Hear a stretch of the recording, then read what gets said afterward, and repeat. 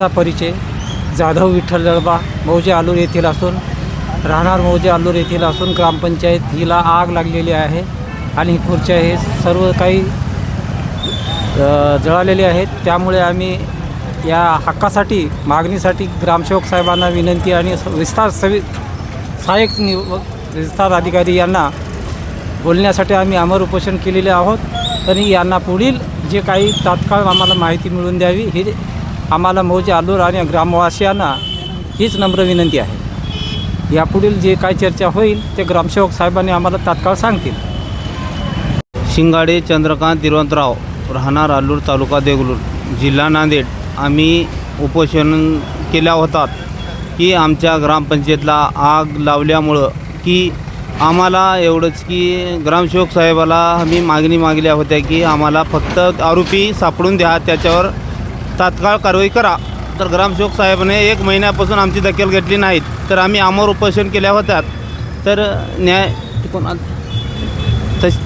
पंचायत समितीमध्ये ते कोण सहाय्यक गट विकास अधिकारी व विस्तार अधिकारी उपसभापती विष्णुकांत पाटील शेकापूरकर आणि आमचे ग्रामसेवक साहेब यांनी आलेत।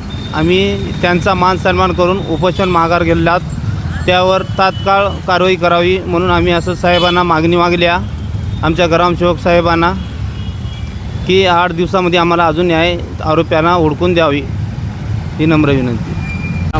ग्रामपंचायत कार्यालय आलूर, तालुका देगलूर ते ग्रामपंचायत अधिकारी चलमेवार जी बी ग्रामपंचायतला आग लागल्या त्या 13/7/26 रोजी आग लागलेली आणि 14/7/26ला पोलीस स्टेशनला कळविण्यात आले। त्यानुसार PI साहेबांना MSCBला पत्र देऊन शॉर्ट सर्किट झाली का त्याचे रिपोर्ट आल्यानंतर ग्रामपंचायतने सरपंचाला ग्रामसेवक या नात्याने सरपंचाला बोलून घेऊन रिपोर्ट आल्या NCR गुन्हा दाखल करायला लावले। हे एवढे 2 गोष्टी बोलून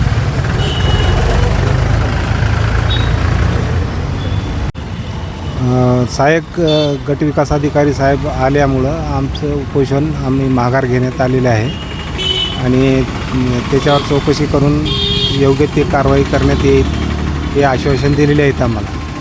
आमचे ग्रामसेवक साहेब आलते आणि माजी पंचायत समितीचे उपसभापती विष्णू पाटील आणि विस्तार अधिकारी असे 5-7 जण येऊन आमच्या म्हणजे उपोषणासाठी बसलेले होते। आम्ही सकाळपासून ते माघार घ्या म्हणून निवेदन देऊन ते आम्ही माघार घेतलेले आहे। त्याकरता आमचं उपोषण पाणी पिऊन आम्ही सोडलेलं आहे।